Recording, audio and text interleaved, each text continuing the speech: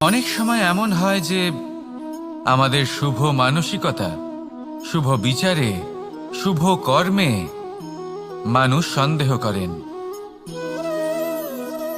প্রশ্ন করেন, প্রমাণ চান, শুদ্ধতার পরীক্ষা দিতে বলেন। আর তখন নিশ্চিত রূপে কষ্ট হয়। আমরা ভাবি এটাই হলো জীবন। এত শুভ ভাবনা ভেবেও, শুভ কর্ম করেও মানুষ আমাদেরই সন্দেহ করেন। দুঃখ অবশ্যই হয়, কিন্তু দুঃখী হবার কোনো প্রয়োজন নেই। কেন নেই? কারণ যদি কেউ আপনাকে সন্দেহ করে, করতে দিন। সংসারে কি হয় তা দেখুন।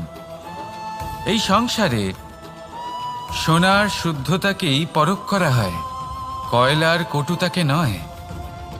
আপনি হলেন স্বর্ণ, তাই আপনার শুদ্ধতা অবশ্যই পরখ করা হবে। সেটা তো হবেই হবে। আপনি নিজেকে দুঃখী করবেন না। আপনার কর্ম শুধু একটাই, স্বর্ণর মতো উজ্জ্বল থাকা। এই সংসার আপনার ভাবনা, চিন্তা, কর্ম এবং শুদ্ধতার প্রমাণ পেতেই থাকবে। তাই আসুন আর আমার সাথে ভালোবেসে বলুন, রাধা রাধা। অনেক সময় এমন হয় যখন মানুষ আমাদের সত্যকে অস্বীকার করতে থাকেন আর মানুষের মিথ্যে কথাগুলিকে গ্রহণ করেন, তাও আবার অত্যন্ত সহজে। তখন আমাদের খুব দুঃখ হয়, বড়ই ক্রোধ হয় মানুষের এই মানসিকতা নিয়ে। কিন্তু এটা জানা অত্যন্ত গুরুত্বপূর্ণ যে এমন কেন হয়। কারণটা কি আপনারই কি কোনো দোষ রয়েছে?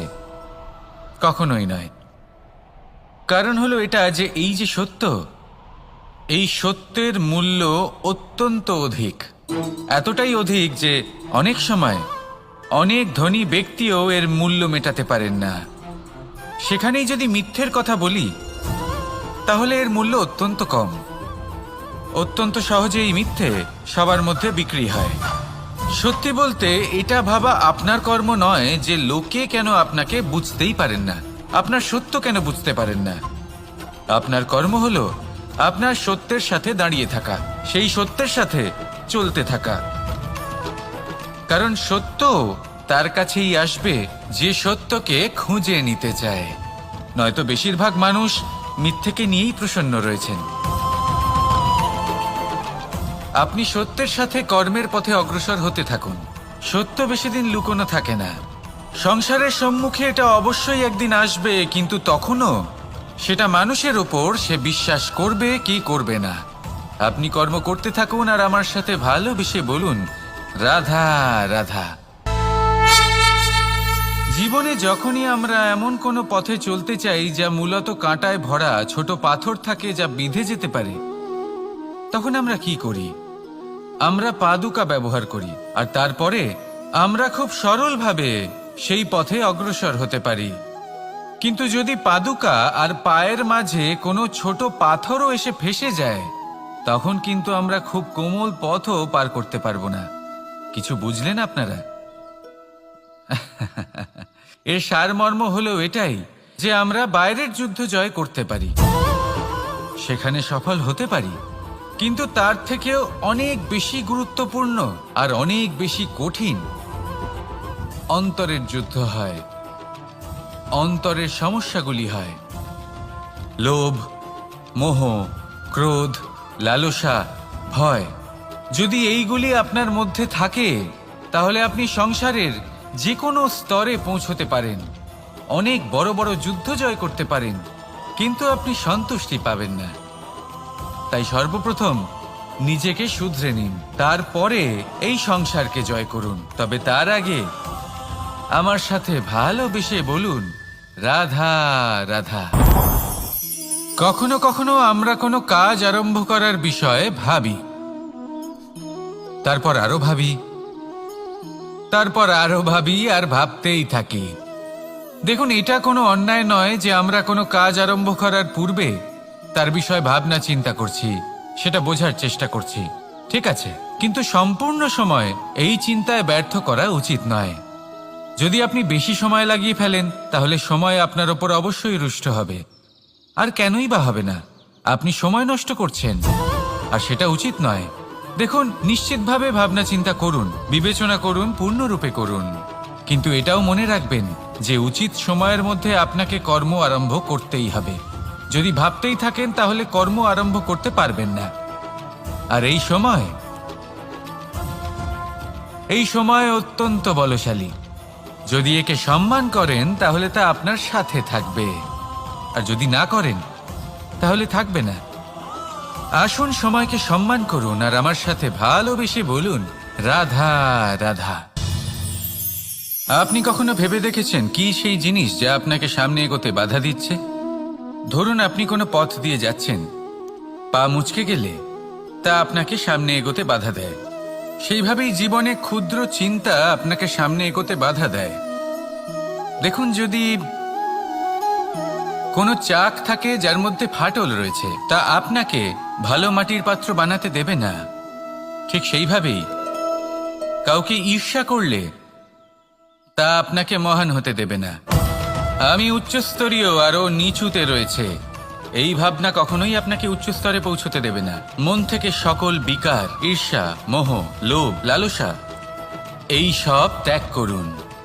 চিন্তা ভাবনাকে বড় করে তুলুন, ধন্যাত্মক বোধ জাগিয়ে তুলুন, আর সম্পূর্ণ সমর্পিত হয়ে কর্ম করুন। মহানুভবতা আর সাফল্য এই দুই আপনার পদানত হয়ে থাকবে।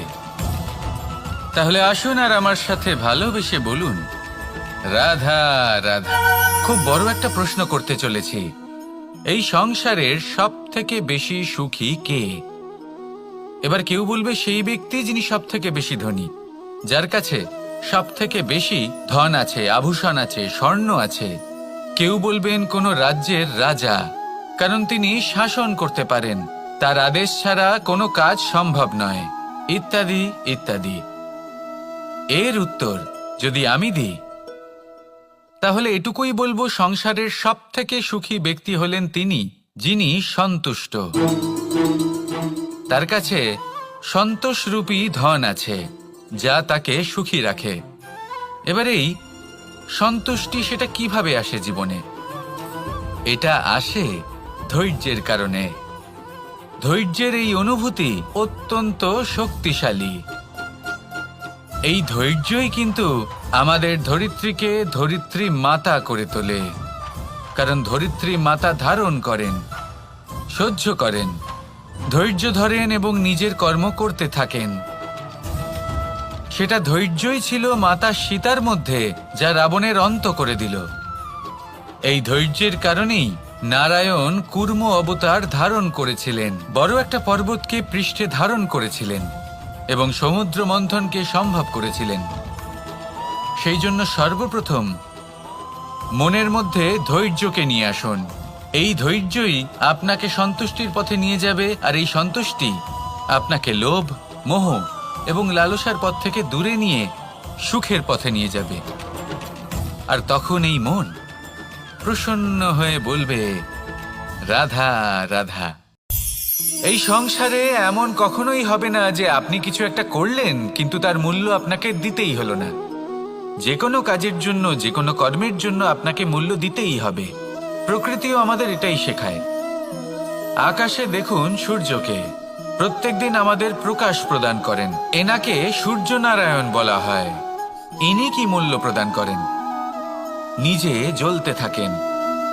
ধরিত্রী মাতা, এই ভূমি, ইনি কি মূল্য প্রদান করেন? প্রহার সহ্য করেন। আমরা এই ধরিত্রীতে প্রহার করে মাটি খুঁড়ে তাতে বীজ বপন করি, তবেই আমরা অন্ন লাভ করি, তবেই ফসল পাই। জীবনে যদি আপনাকে সফল হতে হয়, সম্মান পেতে হয়, যশ পেতে হয়, তাহলে আপনাকে মূল্য দিতেই হবে। যদি আপনি সাফল্য লাভ করতে চান তাহলে দিন রাত আপনাকে ত্যাগ করতে হবে, যেখানে সমগ্র সংসার সন্তোষ অনুভব করছে, আর আপনাকে করতে হচ্ছে পরিশ্রম। যদি আপনি সম্মান প্রাপ্ত করতে চান তাহলে আপনাকে সেই সুখ ত্যাগ করতে হবে যা সবার কাছে রয়েছে। যদি আপনি যশ লাভ করতে চান তাহলে নিজের অন্তরকে মেরে ফেলা আপনাকে শিখতে হবে, তবেই আপনি যশ লাভ করবেন। জীবনে শুধুমাত্র ধন মূল্যবান নয়, কিন্তু এই যে মূল্যের কথা আমি বলছি সেটা যদি আপনি দিতে পারেন তাহলে নিশ্চিত রূপে এটা আপনাকে আরো মূল্যবান করে তুলবে, নিশ্চিত রূপে গড়ে তুলবে। তাহলে এটাই করুন আর আমার সাথে ভালোবেসে বলুন, রাধা রাধা। असतो मा सद्गमय, तमसो मा ज्योतिर्गमय, মৃত্যুর্মা মৃতঙ্গময়। জ্ঞান সেটাই যা অসত্য থেকে সত্যের পথে চালিত করে। প্রকাশ সেটাই যা অন্ধকার থেকে আলোর পথে নিয়ে আসে। জীবন সেটাই যা মৃত্যু থেকে অমরত্বের পথে নিয়ে যায়। এবার এই তিনটে, জ্ঞান, জীবন এবং প্রকাশ, একই রকম। শূন্য থেকে এর উৎপত্তি হয় এবং আস্তে আস্তে আপনার জীবনে বিস্তার লাভ করে। এবার আমরা এটাই ভাবি যে কেমন করে এই তিনটিকে আগলে রাখা যায়। এর উত্তর হলো, এদের আগলে রাখার প্রয়োজনই নেই, ভাগ করে দিতে হবে। কোনো বৃক্ষকেই দেখে নিন, একটি বৃক্ষ অনেক বছর ধরে বেঁচে থাকে। কেন? কারণ সে ভাগ করে দিতে জানে। সে নিজের বীজ ছড়িয়ে দেয়, এই ধরিত্রীতে দেয়, সেই বীজ যা অঙ্কুরিত হয়ে এক নতুন বৃক্ষকে জন্ম দেয়। শুধু ছড়িয়ে দিয়ে একটি বৃক্ষ জীবন দান করতে পারে। যদি কোনো ব্যক্তি জ্ঞান ছড়াতে শিখে যান, যদি প্রকাশ, আলোর কিরণ ছড়িয়ে দিতে শিখে যায়, কোনো ব্যক্তি তার জীবনের সুখ ছড়িয়ে দিতে শিখে যান, তাহলে তিনি মৃত্যুর পরও মৃত হন না। এই ভাগ করে দেওয়ার সুখটাই কিছুটা আলাদা। এই সুখ অনুভব করুন আর আমার সাথে ভালোবেসে বলুন, রাধা রাধা। এই সংসারের সব থেকে বড় যুদ্ধ কোনটা? দেবসুরের যুদ্ধ যা অনেক বছর ধরে চলেছিল, নাকি রাম রাবণের যুদ্ধ, নাকি মহাভারত? না, সংসারের সব থেকে বড় যুদ্ধ হলো সেইটা যা নিজের সাথে লড়া হয়, নিজের মনের সাথে লড়া হয়, নিজের অন্তরের সাথে লড়া হয়। এটাই সব থেকে বড় যুদ্ধ। এবার নিজেই দেখুন আপনার সব থেকে বড় শত্রুকে। আপনার স্বার্থ, আপনার কামনাগুলি, আপনার অহংকারগুলি, যা আপনাকেই নষ্ট করে দেয়। যদি এদের ওপর আপনি বিজয় লাভ করতে পারেন, তাহলে ধরে নিন এই সংসারে সবার উপরে আপনি বিজয় লাভ করতে পারবেন। এই সংসারে কেউ আপনাকে পরাজিত করতে পারবে না। কিন্তু তার জন্য প্রয়োজন অনুভূতির। অনুভূতি ভালোবাসার, অনুভূতি অনুপ্রেরণার। যে ব্যক্তি ভালোবাসতে পারেন এবং প্রেরণা দিতে পারেন, তিনি চিরকাল জয়লাভ করতে পারেন। নিজের কাছে ভালোবাসার এক অস্ত্র রাখুন আর প্রেরণার এক ঢাল। জীবনে কেউ আপনাকে পরাজিত করতে পারবে না। আসুন আর আমার সাথে ভালোবেসে বলুন, রাধা রাধা।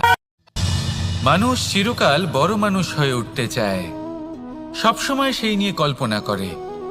কিন্তু প্রশ্ন হলো এটাই যে মানুষ বড় কখন হতে পারে? যখন সে ধনী হয়ে ওঠে, নাকি যখন তার কাছে সম্মান থাকে, নাকি যখন রূপবান হয় বা অধিক শক্তিশালী হয়? মানুষ বড় মানুষ তখনই হতে পারে যখন বিপদের সময় সে অন্য কোনো মানুষের পাশে এসে দাঁড়ায়। তাই সর্বপ্রথম এটা শিখুন। হয়তো এই জন্যই হনুমান শ্রীরামের কাছে এতটা বড়, আর হয়তো এই জন্যই বলরাম দাদা আমার কাছে এত বড়। যদি আপনিও জীবনে বড় হয়ে উঠতে চান, তাহলে কারোর সাথে তার দুঃখের সময়, তার সংকটের সময় তাকে সঙ্গ দিন আর পাশে এসে দাঁড়ান। এই মন প্রসন্ন হয়ে বলবে, রাধা রাধা। জীবনে সবথেকে বেশি গুরুত্বপূর্ণ বস্তু কি? বাড়ি, বাহন, সোনা, ধন। যদি আমি সত্যি বলি, তাহলে জীবনে সবথেকে বেশি গুরুত্বপূর্ণ বস্তু কোনো বস্তুই নয়। যদি কিছু গুরুত্বপূর্ণ থাকে, তাহলে তা হলো অনুভূতি, করুণা, মিত্রতা, মাতৃত্ব, বাৎসল্য, আর সবথেকে বেশি গুরুত্বপূর্ণ ভালোবাসা। নিজেদের এই জীবনে যদি আপনি শুধুমাত্র বস্তুর খেলাতে মেতে থাকেন, তাহলে জীবনে আনন্দ কখনোই থাকবে না। নিজের এই জীবনকে অনুভূতির পীঠস্থান বানিয়ে তুলুন। এই মন প্রসন্ন হয়ে বলবে, রাধা রাধা। যখনই কোনো ঘূর্ণিঝড় আসে, কোনো প্রলয়ে আসে, তখন দেখবেন তা কত বৃহৎ প্রভাব ফেলে, কত বড় বিনাশ ঘটায়, বিধ্বংস সৃষ্টি করে। যখন বন্যা আসে তখন কত গভীর প্রভাব ফেলে, কত সর্বনাশ ঘটায়। নদীর পাড়ও ভেঙে বয়ে নিয়ে যায়। সেখানে কোনো গাছকে দেখুন, শান্তভাবে দাঁড়িয়ে থাকে চুপ করে, আর নিজের কাজ করে, ছায়া প্রদান করে, ফল প্রদান করে, কোনো শব্দ না করেই নীরবে কর্ম করে।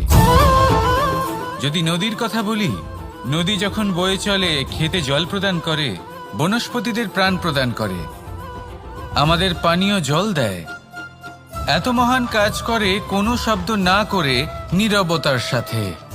এ হলো এক শিক্ষা যে এই সংসারে যারাই মহান কর্ম করেন তারাই নীরব থেকে সেই কর্ম করতে থাকেন, কারণ ওনারা জানেন যে গুরুত্বপূর্ণ প্রচার নয় বরং কর্ম। আর যারা রুদ্রের সাথে থাকেন, কোলাহল করেন, তারা শুধুমাত্র ধ্বংসই করেন।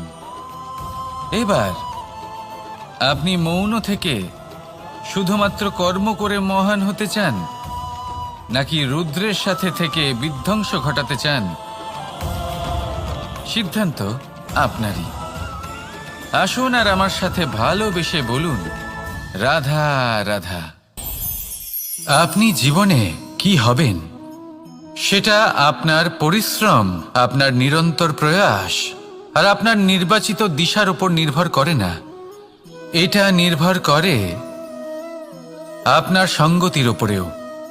এই সঙ্গতি যা হলো অত্যন্ত গুরুত্বপূর্ণ।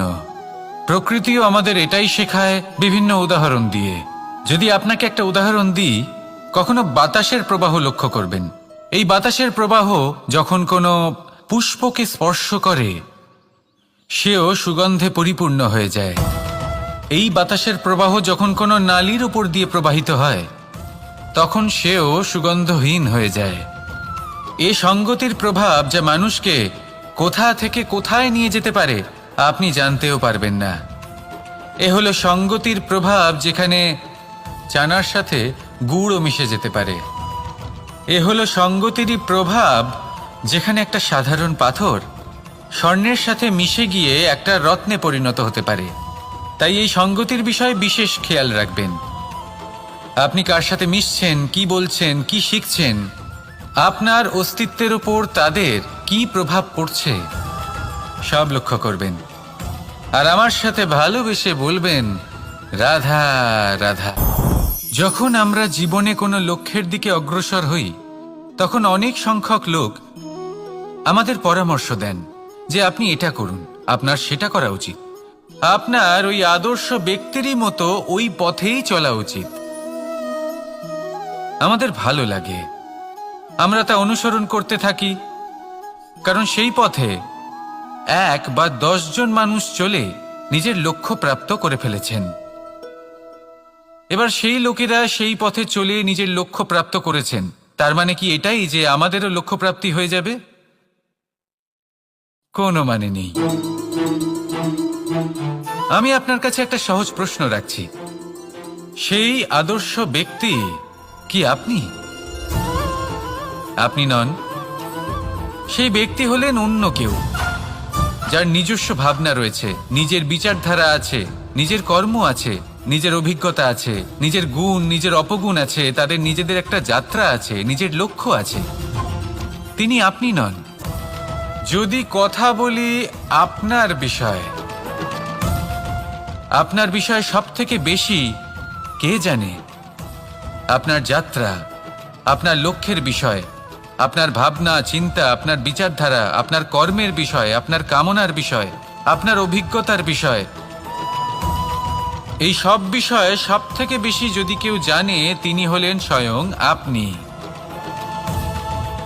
তাই নিজের জীবনে কোনো পথ নির্বাচন করবেন আর কিভাবে সামনে এগোবেন, এই নির্বাচনও শ্রেষ্ঠ হবে যদি সেটা আপনি নিজেই করেন। আপনি আপনার জীবনকে নিরীক্ষণ করুন, বুঝুন, আর নিজের লক্ষ্য গিয়ে প্রাপ্ত করে ফেলুন। সমাজের সামনে এমন একটা উদাহরণ আপনি প্রস্তুত করুন যাতে ভিড় আপনার পথে চলতে তৎপর হয়ে ওঠে। আসুন আর আমার সাথে ভালোবেসে বলুন, রাধা রাধা। সংকট, সমস্যা, বিপদ এগুলো তো সকলের জীবনেই আসে। অনেক সময় এমন হয় যে মানুষের জীবনে যখন এমন কোনো বিপদ আসে তখন সে ভয়ভীত হয়ে পড়ে, চিন্তিত হয়ে পড়ে, নিরাশ হয়ে যায়। কিন্তু আমি আপনাকে একটা সত্যি কথা বলি যে আমাদের ব্যক্তিত্বের বিকাশের জন্য, আমাদের নিজেদের লক্ষ্যে পৌঁছে দেবার জন্য এই সংকট, এই সমস্যা এগুলো অত্যন্ত গুরুত্বপূর্ণ। আর এর উদাহরণ আমি নয়, বরং প্রকৃতি স্বয়ং দেবে। আপনি নিজেই ধরিত্রী মাতাকে দেখে নিন। ধরিত্রী মাতা সূর্যের তাপ সহ্য করেন কেন? যাতে পৃথিবীতে যে জল রয়েছে তা বাষ্পে পরিণত হয়ে ওপরে উঠে মেঘ হয়, আর পৃথিবীতে বর্ষা হয়ে ফিরতে পারে, নতুন জীবন দান করে। আর অন্যদিকে পাতা ঝরার মরশুমে কোনো বৃক্ষকে দেখুন, পাতা ঝরার মরশুমে সমস্ত পাতা ঝরে যায়, তারপরে সেই গাছে নবনির্মাণ হয়, নতুন পাতা জন্মায়, সেই গাছ আবার ভরে ওঠে, সবুজে সবুজ হয়ে ওঠে। সেইভাবেই আপনার জীবনেও সংকট এবং সমস্যা এগুলো তো আসতেই থাকবে, কিন্তু আপনার এগুলিকে ভয় পেলে চলবে না, পিছু হটলে চলবে না, নিরাশ হলে চলবে না, বরং দৃঢ়তার সাথে, সাহসের সাথে তার সম্মুখীন হতে হবে। যদি আপনি এটা করতে শিখে যান তাহলে আপনি দেখবেন যে এই সমস্যা, এই সংকট, এই বিপদ আপনাকে শক্তি প্রদান করবে। আসুন আমার সাথে ভালোবেসে বলুন, রাধা রাধা। প্রকাশ কার মধ্যে থাকে? সূর্য। শীতলতা কার মধ্যে থাকে? চন্দ্রমার মধ্যে। এবার যদি সূর্যের মধ্যে প্রকাশ না থাকে কি হবে? অন্ধকার। যদি চন্দ্রমার মধ্যে শীতলতা না থাকে তাহলে কি হবে? মহা অন্ধকার। সবকিছু অন্তরে আছে, শুভভাব আর সত্যতা প্রত্যেকটা মানুষের অন্তরের মধ্যে থাকবেই থাকবে। যদি এটা না থাকে তাহলে জেনে রাখুন কিছুই নেই। যেমন একটা প্রদীপ যা জ্বলছে, যা প্রকাশ দিচ্ছে, অন্ধকারে আমাদের পথ প্রদর্শন করছে। কেন জ্বলে? কারণ ওর মধ্যে একটা সলতে আছে যা জ্বলছে। সলতে কেন জ্বলে? কারণ তার ভিতর ঘি আছে যা ওই সলতেকে জ্বলতে সাহায্য করে। সবকিছুই আমাদের মনের ভিতরেই রয়েছে, ভালো ভাব এবং সততাও। এই নিয়েই কর্ম করতে থাকুন আর জীবনে সামনে এগোতে থাকুন। সমস্ত জীবন আলোকিত হয়ে উঠবে। আসুন আর আমার সাথে ভালোবেসে বলুন, রাধা রাধা। লক্ষ্যে পৌঁছানো অত্যন্ত কঠিন হয়। কেউ ভাবেন যে কেন এত কঠিন হয়, কেন এত কষ্ট করতে হয় লক্ষ্যে পৌঁছানোর জন্য। এই লক্ষ্য সরলভাবে কেন আমার কাছে চলে আসে না? চলুন আপনাকে একটা কথা বলি, যদি আপনার লক্ষ্য কঠিন না হয় তাহলে তাকে পাওয়া আপনার পক্ষে অসম্ভব হয়ে উঠবে। লক্ষ্যে পৌঁছানোর এই রাস্তায় আপনি যে কড়া রোদের সম্মুখীন হন, যার থেকে আপনি দূরে পালাতে চান, সেই রোদ আপনাকে প্রেরণা যোগায় যে আপনি এগোতে থাকুন। ভাবুন একজন যাত্রী যে কিনা নিজের লক্ষ্যের দিকে যাচ্ছেন, সেই পথে উনি যদি একটু ছায়া পেয়ে যান আর উনি ওখানে বিশ্রাম নেন, তাহলে তার সাথে তার ভাগ্য গভীর নিদ্রায় সেখানে বিলীন হয়ে যায়। তাই পরিশ্রমের কড়া রোদের থেকে কখনো দূরে পালাবেন না। জীবনে শুধু সামনে এগোতে থাকুন দৃঢ়তার সাথে। আর লক্ষ্য সরল হোক, কঠিন হোক বা অত্যাধিক কঠিন হোক, একটা কথা মনে রাখবেন, যে জীবনের লক্ষ্যে পৌঁছতে পেরেছে সে লক্ষ্য প্রাপ্তির জন্য আফসোস কখনোই করে না। রাধা রাধা। এই সংসারে সাফল্য লাভ করার জন্য জ্ঞানের প্রয়োজন হয়, পরিশ্রমের প্রয়োজন হয়, দৃঢ় নিষ্ঠার প্রয়োজন হয়, নিরন্তর চেষ্টা করা প্রয়োজনীয়। কিন্তু আরো কিছু আছে যা অত্যন্ত প্রয়োজনীয় এবং গুরুত্বপূর্ণ। তা হলো ভালো বন্ধু। তাদের থাকা অত্যন্ত প্রয়োজনীয়। যদি ভালো বন্ধু থাকে তাহলে সময় এলে তারা ঢাল হয়ে আপনাকে সুরক্ষা করবেন। সময় এলে অস্ত্রের মতো শত্রুকে সংহারও করবেন। যদি তিনি জ্ঞানী হন, তাদের মধ্যে সদ্গুণ থাকে, তাহলে এই সব গুণ আপনার মধ্যেও প্রবেশ করবে। তাহলে সাফল্যের জন্য ভালো বন্ধু পাওয়া অত্যন্ত প্রয়োজনীয়। কিন্তু শুধু বন্ধু কেন, ভালো শত্রুও থাকা প্রয়োজনীয়। এবার আপনি ভাববেন, আমি কি বললাম? যদি আপনার জীবনেও ভালো অর্থাৎ শক্তিশালী শত্রু থাকে, তাহলে আপনিও শক্তিশালী হতে থাকবেন। এই শত্রু আপনাকে প্রেরিত করবে আরো বেশি শক্তিশালী হয়ে ওঠার। কখনো কোনো হরিণকে দেখুন, তীব্র গতিতে দৌড়তে থাকে। কেন তীব্র গতিতে দৌড়য়? এই কারণে নয় যে কোথাও তার জন্য মধুর ঘাস অপেক্ষা করে রয়েছে, না। সে এই কারণে তীব্র গতিতে দৌড়য় কারণ সেটা না করলে তার পেছনে একটি সিংহ আছে যে ওকে নিজের ভোজন করে ফেলবে। তাই জীবনে বিপদ, সংকট, এই সবকিছুও হলো অত্যন্ত গুরুত্বপূর্ণ। তার সম্মুখীন হতে শিখুন আর আমার সাথে ভালোবেসে বলুন, রাধা রাধা। ধৈর্য। এই ধৈর্য কি কোনো গুণ, কোনো অনুভূতি, কোনো দৃষ্টিভঙ্গি? আমার জন্য ধৈর্য এক বাহন। আপনি হয়তো ভাবছেন, এই কেমন বাহন? বাহন তো ঘোড়া হতে পারে, হাতি হতে পারে, উটও হতে পারে, কিন্তু ধৈর্যকে বাহন বানানো মানে? চলুন আপনাকে একটা কথা বোঝাই। পৃথিবীতে এমন কোনো বাহন নেই যে তার আরোহীকে আছড়ে ফেলেনি। সেটা উট হোক বা হাতি হোক বা ঘোড়া হোক, চলতে চলতে কখনো নড়বড় করেই বসে। তারপর সেই আরোহী পরে কারোর পায়, তারপর পরে তার নিজের নজরে। কিন্তু ধৈর্যরূপী বাহন কখনো কাউকে ফেলে না, কখনো না। না সেই আরোহী কারোর পায়ে পড়ে, আর না তো নিজের নজরে। কারণ ধৈর্য আপনাকে বিবেক প্রদান করে, বিবেক আপনাকে পরিকল্পনায় সাহায্য করে, আর পরিকল্পনা প্রদান করে আপনাকে শক্তি, আপনার লক্ষ্যের দিকে অগ্রসর হওয়া। বুঝলেন? ধৈর্যকে সঙ্গে রাখুন, নিজেকে আরো ধৈর্যশীল করে তুলুন। এই ধৈর্যের সাহায্যে আরোহণ করে দেখুন কিভাবে এই বাহন আপনাকে আপনার গন্তব্যে পৌঁছে দেবে। রাধা রাধা। সংসারে এমন একটা ভ্রান্ত ধারণা রয়েছে যে সবকিছু ভাগ্যের দ্বারা পাওয়া যায়, কিন্তু ভাগ্য, প্রারব্ধ এ তো সকলের জন্যই সমান হয়। এটা তো ব্যক্তির উপরে নির্ভরশীল হয়, তার আকাঙ্ক্ষার উপরে নির্ভরশীল হয়, বাসনার উপরে নির্ভরশীল হয়, স্বভাবের উপরে নির্ভরশীল হয় যে উনি সেটা নিয়ে কি করেন। দেখুন, এই প্রসাদ কিন্তু সকলকেই দেওয়া হয়, কিন্তু তা গ্রহণ করবেন কিভাবে সেটা ব্যক্তির উপরে নির্ভর করে। আপনাকে এক উদাহরণ দিই। যেমন ধরুন, দুজন মানুষকে আমি একটা করে মাটির ডেলা দিলাম, সেটা নিয়ে তারা কি করবেন? একজন মানুষ তার ছোট ছোট ডেলা বানাবেন আর পথযাত্রীদের ওপরে ছুঁড়ে মারবেন, হাসি ঠাট্টা করবেন, তাদের বস্ত্র নোংরা করে দেবেন, সেটাতেই উনি আনন্দ পাবেন। অন্যদিকে দ্বিতীয় ব্যক্তি সেই মাটির ডেলা দিয়েই নিজের জন্য একটা কুঁড়ে ঘর বানাবেন। সেই কুঁড়ে ঘর যা রোদেতে, বৃষ্টিতে, ঝড়ে তাকে সুরক্ষিত রাখবে।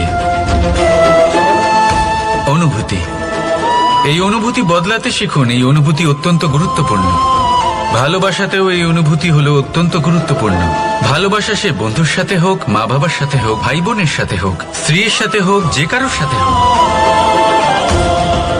মনে রাখবেন, এই হলো সেই অনুভূতি যা আপনার ভাগ্য নির্ধারণ করে থাকে। তাহলে আসুন আমার সাথে প্রেমের অনুভূতি নিয়ে বলুন, রাধা রাধা। লক্ষ্য, পথ আর সাফল্য, এই তিনটেই একে অপরের সাথে জড়িত, কিন্তু অনেকবার মানুষ এদের ঠিকভাবে বুঝতে পারেন না। তারা ভাবেন যে যেরকম লক্ষ্য হবে সেরকমই পথ হবে, সেই মতোই লক্ষ্য কঠিন হলে পথ কঠিন হবে, লক্ষ্য সরল হলে পথও সরল হবে। যদি আপনাকে আসল সত্যের সাথে অবগত করাই তাহলে দেখবেন সবকিছুই এর উল্টো। লক্ষ্য নিজের পথ বানায় না, পথ সেটাই যেটা আপনি স্বয়ং নির্বাচন করে আপনি নিজে বানান। সেই অনুসারেই আপনি আপনার লক্ষ্যে পৌঁছতে পারবেন। সেই জন্য জীবনে যখনই লক্ষ্যে পৌঁছানোর পথের বিষয়ে আপনি কোনো সিদ্ধান্ত নেবেন তাহলে তা ভেবে চিন্তে নেবেন, কারণ এই পথ অত্যন্ত গুরুত্বপূর্ণ। পথ যদি শুভ হয় তাহলে লক্ষ্য আপনা থেকেই শুভ হয়ে যায়। তাহলে আসুন আমার সাথে ভালোবেসে বলুন, রাধা রাধা। ভাগ্য আর কর্ম এই দুই এমন শব্দ যাকে ঘিরে সমগ্র সংসার। কেউ বলে আমার ভাগ্যে এটা ছিল না, যা পেলে আমার জীবন অন্যরকম হতো। কেউ বলে আমার গত জন্মের কর্ম নিশ্চয়ই এমন ছিল, যে কারণে এই জন্মে এরকম ভাগ্য পেয়েছি আমি। এসব বাদ দিন আর একবার শান্ত চিত্তে ভাবুন। আপনি বুঝতে পারবেন যে ভাগ্য আর কর্ম এই দুই এই জন্মের। তফাৎ শুধুমাত্র এটাই যে যদি ভাগ্যের কথা বলা হয় তাহলে আপনি এই ভাগ্যের থেকে যত বেশি আশা করবেন তত বেশি নিরাশ হবেন আপনি, কারণ এই আশা আপনাকে কর্ম করা থেকে আটকায়। যদি কথা বলা হয় কর্মের, তাহলে নিজের কর্মের প্রতি যত বিশ্বাস রাখবেন তত বেশি সফলতা আপনার কাছে আসবে। তাই একটা কথা মনে রাখবেন, ভাগ্য আপনার কর্ম নির্ধারণ করে না, কিন্তু আপনার কর্ম আপনার ভাগ্যকে অবশ্যই নির্ধারণ করে। রাধা রাধা নাম কত সাধারণ একটা বিষয়। প্রত্যেক মানুষ যে জন্ম নেয় তাকে একটা নাম দেওয়া হয়, যা সে পেয়ে থাকে তার মাতা পিতার দ্বারা, না হলে তার গুরুর দ্বারা, বা কোনো আত্মীয়ের দ্বারা, বা কোনো কাছের মানুষের দ্বারা। এই নামের সাথেই সে আস্তে আস্তে বেড়ে ওঠে। কিন্তু এটাই কি সেই নাম? এই নামই কি সবকিছু? কখনোই নয়। একটা নাম সেটা যা আপনি জন্মের সময় লাভ করেন, যে নামে আপনি কর্মের পথে অগ্রসর হন। আরও একটা নাম সেটা যা আপনি আপনার কর্মের দ্বারা অর্জন করেন, আর এই নামেই আপনাকে সবাই যুগ যুগ ধরে মনে রাখে। আপনার আসল নাম সেটা নয় যা আপনাকে জন্মের সময় দেওয়া হয়েছিল। আপনার আসল নাম সেটা যেটা আপনি আপনার কর্ম দ্বারা লাভ করেছেন, কারণ সেই লাভের পেছনে প্রচুর প্রয়াস লুকিয়ে থাকে, অনেক পরিশ্রম লুকিয়ে থাকে। কিন্তু যদি আপনি চান যে মানুষ আপনার নাম মনে রাখে, তাহলে আপনাকে কর্মের পথে অগ্রসর হতেই হবে। শুভ কর্ম করতে হবে, অনর্গল চেষ্টা করে যেতে হবে, মহান কাজ করতে হবে। আর বিশ্বাস করুন, আপনি একটা মহান নামের ফল অবশ্যই লাভ করবেন। রাধা রাধা। আমি এখানে একা এই বনে বসে আছি, বাঁশি বাজাচ্ছি। কার জন্য? কে আছেন এখানে? কেউ নেই। আমার প্রজা, আমার রাজ্য, আমার পরিবার আমার থেকে অনেক দূরে আছেন। আমি এখানে একা এই বনে বসে এই আকাশের এই রঙের, গাছের এই সব ফলের, মাটির সুবাসের আনন্দ উপভোগ করছি। কেন? আমি হলাম দ্বারকাধীশ। এমন কি রাজকীয় বা ভৌতিক সুখ রয়েছে যে আমি ওখানে পেতে পারি না? সবকিছুই পেতে পারি, তাও এখানে বনে একা বসে আছি। কোন সুখ খুঁজে চলেছি? একা থাকার সুখ। আমরা প্রত্যেকদিন অনেক মানুষের সাথে, চিন্তাধারার সাথে, কর্মের সাথে, পরিস্থিতির সাথে, সুখ দুঃখের দ্বারা বেষ্টিত থাকি। জীবনের এই চক্রে আমরা জড়িয়ে পড়তে থাকি। যতই আমরা এই সমস্যার সমাধান করি, আমরা ততই এতে জড়িয়ে পড়ি। আমরা এতটাই জড়িয়ে পড়ি যে যখন আমরা আয়নায় নিজেদের দেখি, তখন আমরা নিজেদের চিনতেই পারি না। এমন মনে হয় যেন আমরা নিজেদের হারিয়ে ফেলেছি।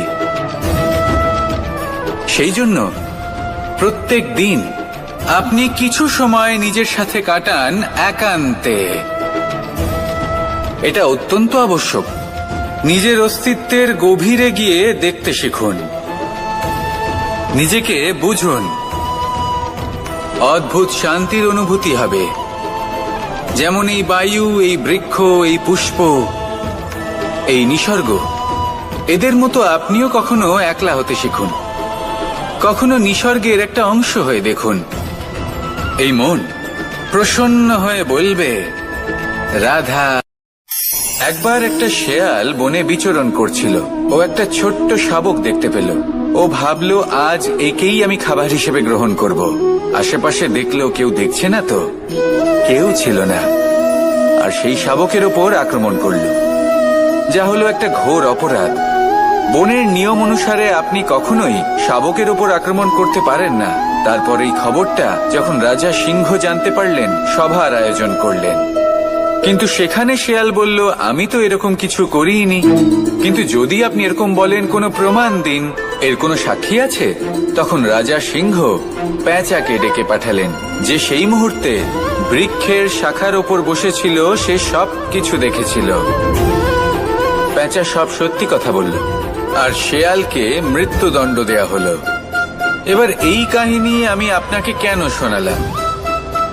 কারণ মানুষও কখনো কখনো এরকম কর্ম করেন যা শিয়াল করেছে। এটা ভাবেন কেউ দেখছে না, যখন আমি অনুচিত কর্ম করতেই পারি। কিন্তু না, আপনি যাই করুন না কেন, কেউ না কেউ অবশ্যই তা দেখছে।